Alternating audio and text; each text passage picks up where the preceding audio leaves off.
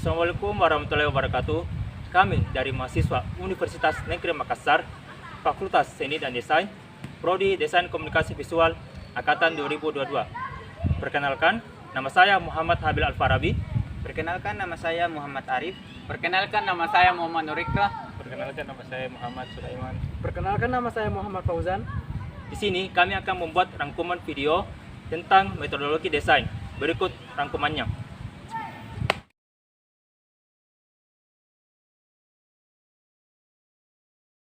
Temuan ke-6. Pada pertemuan ini membahas tentang metode gagasan atau idealisasi. Identifikasi mapping alternatif solusi. Tujuan umum dari mempelajari metode ini yaitu untuk membantu seseorang atau tim dalam memperoleh ide-ide dan gagasan yang kreatif dan efektif untuk mengatasi masalah atau tantangan yang dihadapi. Yang pertama, identifikasi. Mengidentifikasi masalah atau tantangan yang perlu diatasi dan memahami secara mendalam tentang masalah tersebut. Yang kedua, mapping. Mencari solusi alternatif melalui pengumpulan dan pengecekan ide-ide yang sudah ada. Setelah itu dilakukan pemetaan dari gagasan-gagasan tersebut dengan cara mengelompokkan dan mengkategorikan ide-ide yang berkaitan satu sama lain.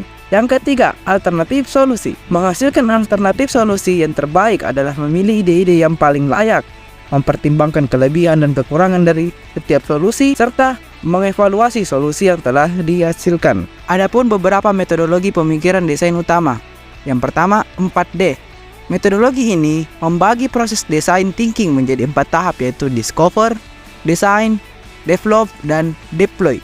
Yang kedua, berlian ganda. Serupa dengan pendekatan 4D, metodologi ini mendefinisikan tahapannya sebagai temukan, tentukan, kembangkan, dan kirim. Yang ketiga, 5D. Metodologi pemikiran desain ini merupakan kombinasi dari 4D dan double diamond.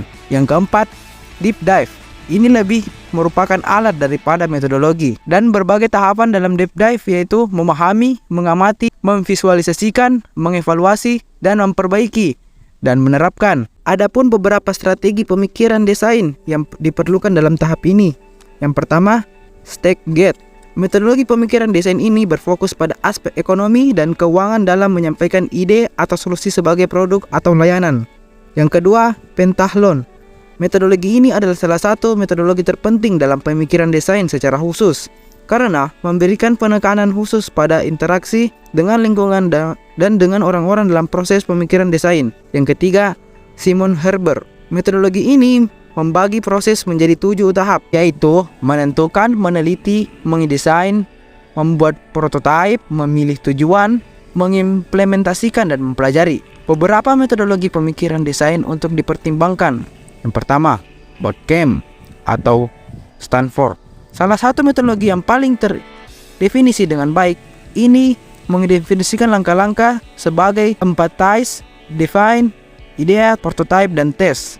Yang kedua, Donut. Metodologi melingkar dan iteratif adalah donut, juga dikenal sebagai siklus proses desain iteratif, dimulai dengan ringkasan desain dan bergerak secara melingkar hingga mencapai solusi. Yang ketiga, Schwarzkopf. Ini adalah kombinasi dari metodologi proses desain melingkar dan linear.